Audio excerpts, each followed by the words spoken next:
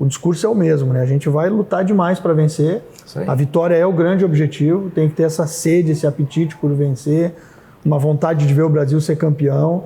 Eles têm que se acostumar e saber que estão vestindo uma camisa que é muito forte. E vai entrar e vai ser sempre favorito de qualquer competição. O adversário tem que saber também que, opa, chegou os caras, chegou os amarelinhos aí. Quando eles chegaram, verdade, fomos até aqui, agora é com eles, porque é o legado que a camisa tem e a gente não pode deixar cair, né, Ricardo? Não. Quem está seguindo aí tendo esse prazer de vestir uma camisa que ao longo da história ganhou tanto como ganhou, não pode deixar cair a peteca, né? Que a gente pelo menos consiga manter o Brasil sempre entre os melhores, sempre disputando final, sempre. Não pode ser diferente, né? Eu acho que quem não pensa assim não pode estar aqui.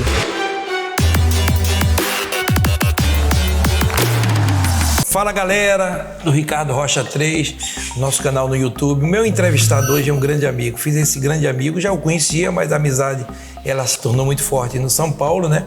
Meu grande amigo Jardine. Como prazer. É bom falar com você, Jardine. Prazer estar aqui conversando contigo, enfim. Faço das tuas palavras as minhas. É um grande amigo que eu fiz no futebol. E falar para o público, né, assim, como é bom ser um treinador inteligente, moderno, né? Quando eu fui para o São Paulo, eu aprendi muito também com você, eu vi a base jogar, né? Mas me conta um pouco do início da tua história, né? Ela começa no Sul, né? Ela começa no Sul e no futsal, né, Ricardo? Eu sou um filho da quadra, primeiro um amante do esporte como jogador, né? Não cheguei a jogar profissionalmente, tive uma temporada fraca ainda na série prata de futsal. Jogando? Jogando, mas assim... Era esforçado ou tinha qualidade? Esforçado, com um pouquinho de qualidade, mas o futsal me fez despertar uma paixão muito grande e talvez tenha sido fundamental assim, para mim ter virado treinador, porque foi o esporte que eu tive que estudar muito, que eu tive que aprender a jogar em primeiro lugar, porque ele é um esporte difícil de ser jogado. E depois, como professor, como treinador, tendo que aprender a ensinar ele, né? Então eu considero o futsal talvez a minha grande faculdade. Alguns anos trabalhando no Grêmio Náutico Gaúcho, depois no Inter. E aí sim, migrando do futsal para o campo e já com 10 anos no Inter. Depois no Grêmio, foram 5 anos no São Paulo e já quase 1 ano aqui na Seleção Brasileira. Que legal, né?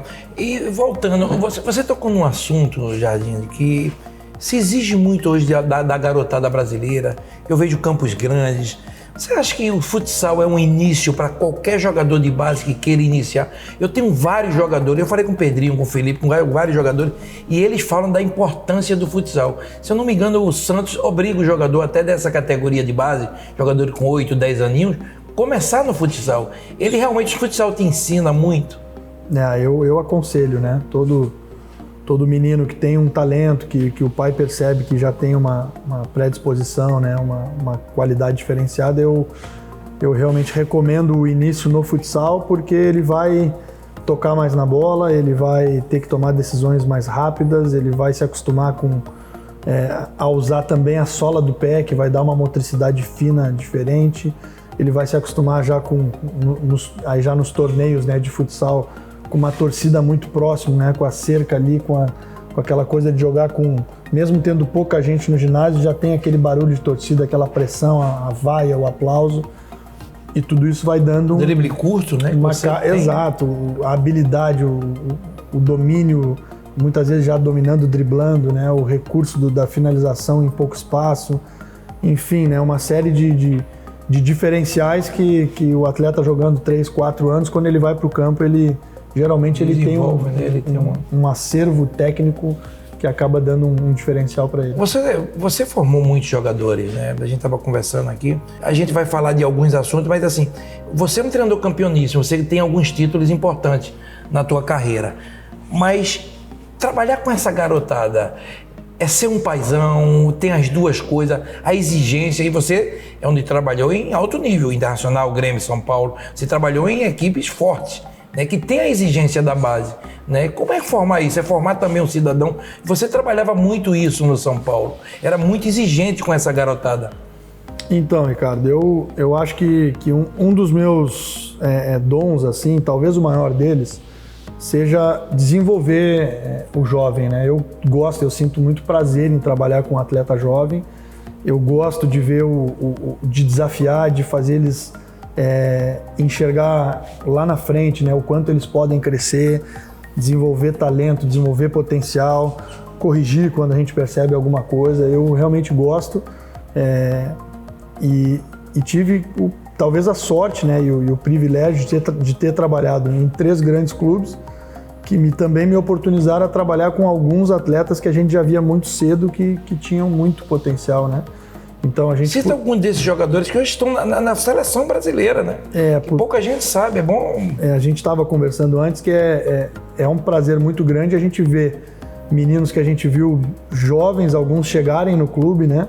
Como o caso do Alisson, goleiro, que eu vi chegar no Inter, ter toda a dificuldade pela estatura. Ele era um menino pequeno, ele teve maturação tardia, em muitos momentos ele correu o risco de ser dispensado do clube porque não crescia, não desenvolvia, e o clube teve a paciência, né? Toda a base do Inter enxergou nele um potencial, teve paciência, esperou ele amadurecer, ele realmente virar homem, né?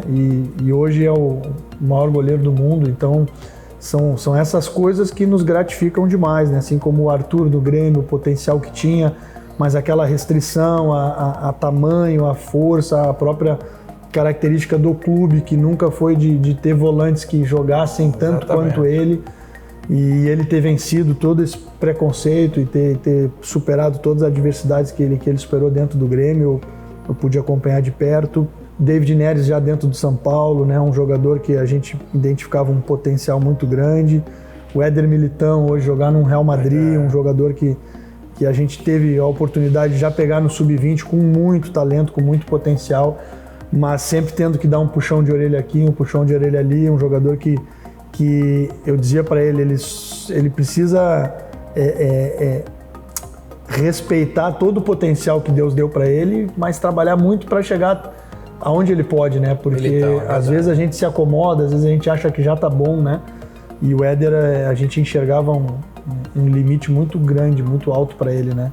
Então, dentre outros, né? Mas o Everton Cebolinha, que também né? Hoje é uma realidade na seleção brasileira, e foi um atleta também que eu peguei ali no juvenil do Grêmio e pude também ajudar ele a crescer, porque nosso papel nada mais é do que dar um empurrãozinho, também, dar um empurrãozinho, mostrar que é possível, fazer eles acreditar, porque o talento e todo o potencial já vem com eles, né? Eles têm realmente muito talento, muito esforço, muito foco, e o que precisam muitas vezes é só um empurrão, é um incentivo, é a crença de um treinador de botar o olho e acreditar no potencial, e eu tive o privilégio aí de ter podido ajudar esses atletas. E dentro disso, eu vi algumas declarações, todo mundo, os jogadores sentiam elogiado o teu trabalho, né? Eu via no São Paulo uma coisa que me chamava a atenção, né? A gente fala muito, é claro, isso vem do Guardiola. Onde você aprendeu? Você foi com o Guardiola? Não? Essa saída de jogo atrás, vamos dizer, com qualidade, você é um cara que exigia isso. Eu via na base, eu falei, caramba, é isso que eu gostaria. Eu gostaria, na época, São Paulo principal, ter aquela qualidade saindo de trás. E eu via isso em você. Então, essa saída de bola, o goleiro jogar com os pés, tem uma declaração, eu acho que é do Alisson, né? Ele fala de você. Quando se fala muito do Alisson hoje jogar com os pés, ele fala, não, calma. Isso também já vinha de um trabalho que eu fazia, né, no Inter com o Jardim. Então, isso te orgulha também, né? Da maneira de sair jogando de trás, que eu adoro, né? Agora, outra coisa. Dentro disso, eu queria fazer uma outra pergunta. Primeiro você gosta do jogo jogado saindo de trás. Mas eu acho que hoje também se peca muito, Jardim. Você tem que saber escolher como é que sai de trás. Sim. Porque tem muitos treinadores que existem jogadores que tecnicamente não têm essa condição. Não dá. E tem alguns clubes, próprios, o Diniz mesmo, que eu adoro. Eu acho que às vezes ele se prejudica porque ele força muito alguns jogadores sair de trás, e eu vejo que esse jogador, ele não tem qualidade. Sim. E como funciona aí? Eu sempre me identifiquei muito com essa forma de jogar que vem do futsal, né? A origem, da onde eu gosto disso, né? Em 2003, 2004, ainda quando eu me vejo só como treinador de futsal, não fiz ainda a passagem para o futebol de campo, eu já buscava nas minhas equipes de futsal, equipes que dominassem a outra, tendo a bola, rodando, ficando, tendo uma paciência, né? Aprendendo a jogar o jogo de ataque mesmo, com a bola no pé. E quando eu fiz a transição para o campo, desde o primeiro minuto, assim, do primeiro trabalho que eu fiz, eu botei na minha cabeça que eu seria um treinador que teria essa característica, essa identidade, né? E como já tinha esse know-how no futsal de conseguir fazer as equipes terem um diferencial na fase ofensiva, eu tive um sucesso rápido assim na base do Inter, porque rapidamente as minhas equipes elas conseguiam sair jogando, elas dominavam o adversário, elas tinham sempre muita posse de bola, eram sempre equipes... Mas isso são treinos, né? São muitos treinos, né? É uma metodologia, além do treinador acreditar nisso, que isso também vai te dar resultado. O jogador também tem que acreditar. O treinador tem que ter o método, né, de como desenvolver, de que treinos usar, como vender a ideia para o atleta tem que gostar, tem que fazer sentido. Então tudo isso veio comigo, né, desde o meu primeiro trabalho, que é em 2005, na base do Inter. Quando eu começo no campo, eu já gostava de ver as minhas equipes jogar. Então, depois disso, surge alguns ícones como o Guardiola, que vem a reforçar ainda mais a minha ideia de Você chegou a ver isso ao vivo, esse tipo de... Você chegou a viajar, você vê essa metodologia de trabalho? Eu gosto muito de ver equipes que propõem, né? Tu citaste o Diniz, e o Diniz eu acompanho desde da A2, quando ele jogava e começou a chamar a atenção, né? Por ter equipes que tinham muita capacidade de ficar com a bola e de envolver o adversário. Então eu, estando na base no início da minha carreira, eu busquei sim alguns treinadores também que praticavam esse estilo de jogo, né? E foi muito importante isso, porque a gente precisa ter também algumas referências, né? E hoje já é uma ideia de jogo que está muito difundida, né? Muita gente acredita. Mas eu posso dizer que lá atrás, assim, quando pouca gente acreditava nesse estilo, eu já buscava com as minhas equipes ali, os sub-10, sub-11, sub-12, buscava essa maneira de jogar porque sou um amante do futebol muito bem jogado e gosto de ver as minhas equipes dominando o adversário porque sabem mais o que fazer com a bola e tem um time de atacar, o time de muitas vezes se defender com a bola, então... não tem como fugir da minha característica, porque foi assim que eu comecei. Legal. Outra coisa, você é campeoníssimo, você tem alguns títulos importantes na tua carreira, né? Na base, e você vai pro profissional de São Paulo, né? Você chega ao profissional de São Paulo, trabalhamos junto pouco tempo, né? Ali, depois de eu sair, você permaneceu lá. Você acha que estava preparado daquele momento, Jardine, para assumir? Porque o São Paulo, ele vem de uma pressão de muitos títulos, muitos anos sem ganhar títulos, né? Então, há uma pressão do torcedor em uma velocidade de título e às vezes não dá tempo, tem que ter uma certa paciência, coisa que na Europa se tem, no Brasil não se tem tanta, né? Ricardo, eu tenho cada um tem a sua leitura, claro. Do que aconteceu e do que a gente vai aprendendo com o tempo e com cada trabalho que a gente evolui, cresce e é a lei da vida, né? E eu acredito que naquele momento onde o São Paulo começava uma mudança de estilo de jogo, de ideia, de jeito de jogar, e me escolheu como treinador para iniciar esse processo, todo o início ele é mais difícil, porque os jogadores estão adaptados a um outro jeito de jogar. Alguns jogadores que vinham bem com o Aguirre, mudando o jeito de jogar, já não passaram a conseguir jogar tão bem, porque a exigência é outra, o jeito de treinar é outro, o jeito de jogar é outro. Então foi o início onde muitos pagaram o preço da mudança, eu fui um deles, né? Mas que eu vejo, olhando de fora, eu vejo como natural para o clube, por exemplo, chegar no nível que começa a se estabelecer hoje, o São Paulo, com esse jeito de jogar, é todo um processo, claro, que infelizmente alguns ficam pelo caminho, carregam a cruz, né? Para poder hoje o Diniz desfrutar de alguns jogadores de base já com o modelo de jogo enraizado, porque foram estimulados para isso, com a escolha de um elenco já com mais tempo, e aí começa a se moldar e se buscar atletas que consigam jogar esse tipo de jogo. Então é natural e geralmente quem começa acaba tendo mais dificuldades. Então eu vejo com naturalidade, acreditava que conseguiria rapidamente ter os resultados. A gente sempre acredita no nosso potencial, né? Mas vejo com total naturalidade, assim como vejo, por exemplo, o momento que o Flamengo vive com Jesus. Teve todo um processo por trás até o Flamengo chegar nesse momento como clube, estruturado, com uma equipe muito bem montada e também com um grande treinador, mas que talvez se o Jesus tivesse há 2, 3 anos atrás não conseguisse todo o resultado que está tendo, porque são processos que o clube como um todo acaba colhendo os frutos quando tem paciência, quando investe, quando insiste, né? E não quer dizer que a troca de treinador não possa fazer parte do processo, só que tem que se saber disso, que muitas vezes alguns treinadores foram importantes no processo porque iniciaram, né, a sedimentação assim, de conceitos, de ideias, e muitas vezes pagaram pelo imediatismo do resultado, onde tem que acalmar a torcida, a imprensa. Que é o grande mal do futebol brasileiro, eu acho. Daqui a pouco um treinador chega ali já com uma coisa um pouquinho mais para frente, com a paciência zerada de novo, porque a troca acaba dando um tempinho a mais, e aí ele chega alguém que consegue, porque também tem competência, mas não é sozinho, vem todo um processo. Exatamente, e principalmente o processo da paciência, que não se tem no Brasil, né? Mas aí você vem a seleção brasileira, né? Você é chamado, né? O Branco, né? Conversa com você, você aceita. E aqui para nós, né? Ex-jogadores como Branco e Juninho, estando dentro daqui, né? Da seleção brasileira, coordenando, um na base e outro no profissional. Ela é importante, né?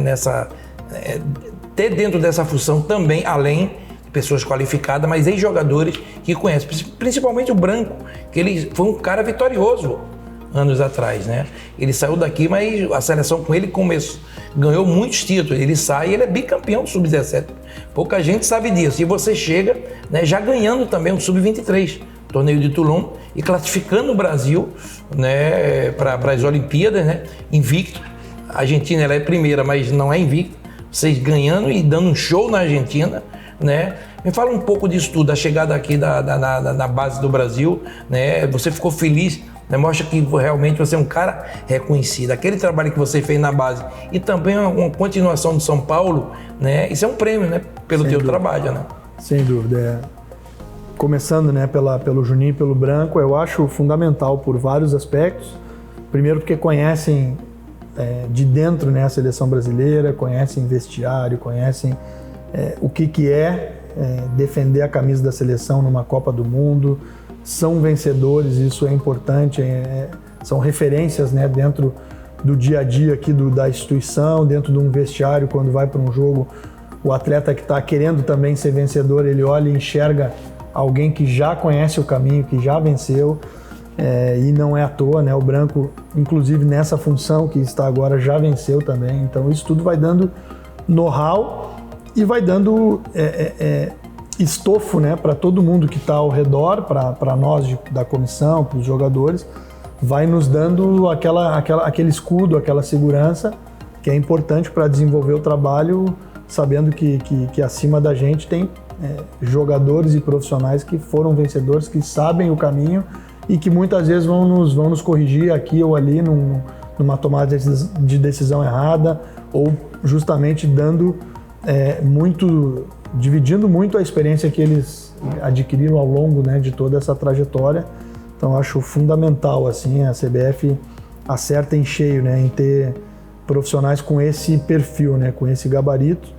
E vejo também a minha chegada aqui, que é a tua segunda pergunta, como um presente, né, por tudo que eu fiz, por toda a minha trajetória. Eu não digo, não. É um reconhecimento de tudo que você fez, né? Foi talvez o primeiro treinador que o Branco pôde escolher, né? E justamente escolheu em cima de um perfil de jeito de jogar, a mudança que ele está pregando, que ele quer ver aqui dentro da base já está acontecendo, de equipes com mais competência na fase ofensiva, de equipes que propõem, que entram com força no ataque, né? Então, me sinto honrado de ter sido escolhido, ao mesmo tempo merecedor, né, desse espaço, nesse momento, e já trabalhando muito para a gente dar os resultados que a camisa da seleção exige pela história, pela tradição, né? Quem está aqui com certeza tem que dar sequência nessa trajetória vencedora. E dentro disso, eu vi uma seleção muito forte, com bons jogadores. Se você pegar a idade sub-23, você vai para uma Olimpíada, né? E esses jogadores é o futuro do Brasil, né, Jardim? Tem bons jogadores, né? Quer ver uma coisa? Eu falando com o Branco uma vez, né, quando ele assumiu, eu via que o Brasil não ganhava na base. Então, isso parecia que o Brasil precisava resgatar, ser um Brasil campeão, ser um Brasil forte. E o Brasil ficou um bom tempo sem ganhar nada na base. Ele começa a ganhar, já com você do Sub-23, Sub-17 agora. Então, isso é bom, né? Principalmente uma criação de jogadores campeões. A gente está há quase 20 anos sem ganhar uma Copa do Mundo. E essa exigência ela tem que começar de baixo. Então, se embaixo não funciona, começa a ter peso em cima também. Porque esses jogadores de baixo é o futuro do Brasil. Vocês fazem esse trabalho mentalmente nos jogadores de base, que, amigo, isso aqui é um Brasil, nós somos pentacampeões. Então, a gente tem que começar a ganhar título. É claro que com a classificação, tudo isso é importante. Então, o Brasil é um campeão. Você vai pegar um pepino de uma cobrança, porque o Brasil é o campeão da última, né, da última Olimpíada, né? E eu vi alguns jogos, Brasil e que me chamou a atenção, Japão. Como eu fiquei impressionado com a seleção do Japão naquele momento. Você viu um crescimento mundial também nas outras seleções? Então, Ricardo, eu acho que tu colocaste bem, né? A categoria de base, ela também é feita para se ensinar a vencer, né? A lidar com vitória e com derrota, mas em grandes clubes, e no caso da seleção brasileira, que é talvez a camisa mais pesada do mundo, o atleta tem que saber que o lutar pela vitória, né? Toda a luta e todo o esforço e o costume de se habituar com vencer, isso faz parte, né? Isso também é o processo da formação. Eu sempre acreditei nisso, eu acho que isso também me diferenciou dentro da categoria de base, porque eu sempre enxerguei que a vitória era uma parte importante no processo e talvez não mais que o esforço por ela, mas que a gente entenda. Sempre me incomodou aquele discurso de que base não é para vencer, é só para formar. E eu acho que o futebol... Duas coisas, tem que formar e vencer. Exatamente, o futebol competitivo não cabe esse tipo de discurso, né? A gente luta para vencer, a gente vai saber perder, vai saber que não vai ganhar todas, vai saber também instruir o atleta que quando ele vai perder, ele vai de alguma maneira aprender e vai evoluir, mas que ele tem que ter a ambição da vitória, porque não pode ser muito grande a diferença de cobrança quando ele deixa de ser base e vai para o profissional. Aí a cobrança é do jeito que é. Então ele tem que estar se acostumando. Claro que a cobrança não é tão grande como é no profissional, mas tem que ter cobrança. E na seleção não é diferente. Então a gente está tentando fazer enxergar cada convocação que a gente tem, cada jogo que a gente joga, é sempre o discurso é o mesmo, né? A gente vai lutar demais para vencer. A vitória é o grande objetivo. Tem que ter essa sede, esse apetite por vencer, uma vontade de ver o Brasil ser campeão. Eles têm que se acostumar e saber que estão vestindo uma camisa que é muito forte. E vai entrar e vai ser sempre favorito de qualquer competição. O adversário tem que saber também que, chegou os caras, chegou os amarelinhos aí. Quando eles chegaram, verdade, fomos até aqui, agora é com eles. Porque é o legado que a camisa tem e a gente não pode deixar cair, né, Ricardo? Não. Quem está seguindo aí tendo esse prazer de vestir uma camisa que ao longo da história ganhou tanto como ganhou, não pode deixar cair a peteca, né? Que a gente pelo menos consiga manter o Brasil sempre entre os melhores, sempre disputando final, sempre. Não pode ser diferente, né? Eu acho que quem não pensa assim não pode estar aqui. E esse peso da responsabilidade ele vai ter em cima de você, sabe disso. Claro. E você está preparado, eu vejo que você é um cara que está preparado para isso, sabe o que é o Brasil. Exato. E dentro disso, a classificação já começa a pensar esses 3 jogadores, porque é incrível, pouca gente sabe, né? Só pode ir 18 jogadores. Sim. Dos 18, 2 são goleiros. Então 16. Então sobra 16. A gente tem difícil, né? O nível de jogadores que vocês têm nas mãos é alto. Muitos desses, para ter uma ideia, o torcedor que não sabe, vamos dizer, eu acho difícil. Gabriel Jesus. Tem idade. Ele tem idade de Olimpíadas. Richarlison, David Neres. É claro que é difícil porque vocês têm que ter a liberação do clube, né? Sim. É uma coisa muito mais difícil, tem clubes que não liberam. Eu vi outro dia o Neymar querendo ir, mas parece que o Paris Saint-Germain falou que Neymar e o Mbappé não vai, eles não vão liberar. É claro que tem esse problema de liberação, mas é muito gostoso, né? A quantidade de jogadores que vai ter nas tuas mãos, né? É claro que é uma responsabilidade, é uma tristeza, só ir 18, Sim. porque muitos desses jogadores, talvez, que jogaram agora, talvez não poderão não estar, né? Sim. É triste, mas assim, faz parte do jogo. Mas assim, já começa a pensar esses 3 nomes? Já, né, Ricardo? A partir do momento que a gente classificou, a gente até garantir a classificação, a gente não se permitia pensar nisso. Claro. Em respeito à competição, a gente sabia que seria difícil, a gente primeiro tem que conquistar a vaga. Tínhamos lá no fundo a certeza de que a gente ia conseguir, mas respeitando, né, a competição e os adversários. E a partir do final do jogo ali, a partir do momento que a gente relaxou e começou a pensar no que vinha pela frente, a gente começa a pensar nas possibilidades, ainda olhando muito para os jogadores que têm idade, né? E esperando especialmente esses últimos amistosos, esses últimos jogos, eles vão nos dar as pistas aí que a gente precisa para saber em que posições que a gente vai precisar de jogadores talvez um pouco mais cascudos, mais experientes, para dar o tempero, se é que vai precisar, vamos pensar, né? Mas vamos esperar as coisas acontecer, mas a seleção brasileira ela tem que ir forte, né, Ricardo? O mais forte possível. A gente tem muito consciência disso. Ela não é feita para os amigos, para um grupo, para o grupo do Jardine, para o grupo do João, não, ela é feita para os melhores jogadores, porque ela representa uma nação, ela representa o país do futebol, é um grupo que o povo tem que olhar e dizer assim, esse é o meu time, né? Pô, legal, Jardim. Obrigado aí pela entrevista, quero agradecer aí pelo carinho seu, tá? Obrigado. E te falar uma coisa, velho, mais uma vez, primeiro, eu acredito no teu trabalho, eu te conheço como ser humano, como pessoa, um baita cara, 1000, né? E deixar uma mensagem para o povo brasileiro. E a última perguntinha antes da mensagem, depois das Olimpíadas. Pô, Ricardo, Zeca Pagodinho, deixa a vida me levar. A gente pode voltar a ser treinador profissionalmente, quer permanecer aqui, né? O futebol é incrível, né? Como ele nos proporciona mudanças muito grandes, às vezes num jogo.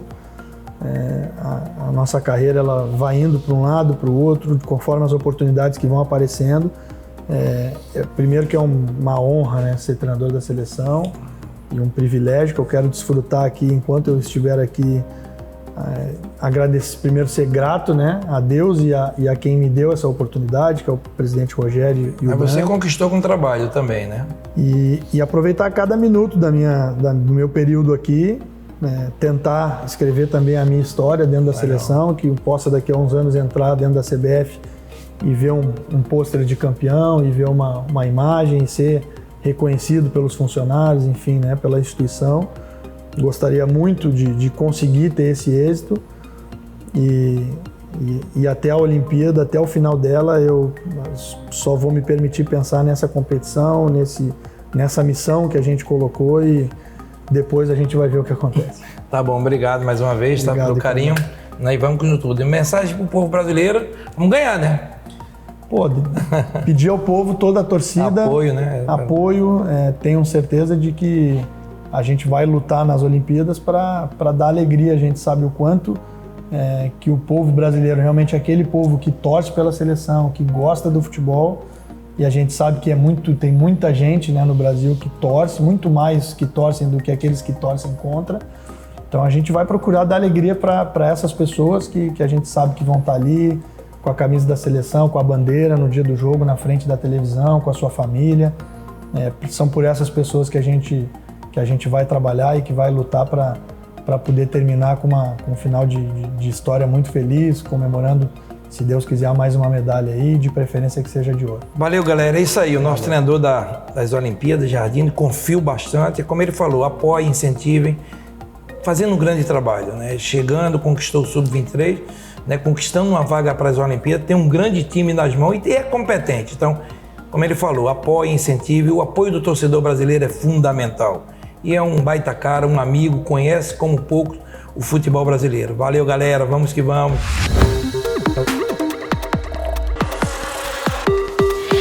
Fala galera, aqui é André Jardini, treinador da Seleção Olímpica, mandando um grande abraço a todos e dizendo para se inscrever no canal do Ricardo Rocha 3, além de todo o material aí que já tem disponível. Entrevista comigo, bem bacana, para a gente poder falar um pouquinho aí de Seleção Olímpica, de Olimpíada e contar um pouquinho aí da minha trajetória. Um grande abraço a todos e desfrutem do material.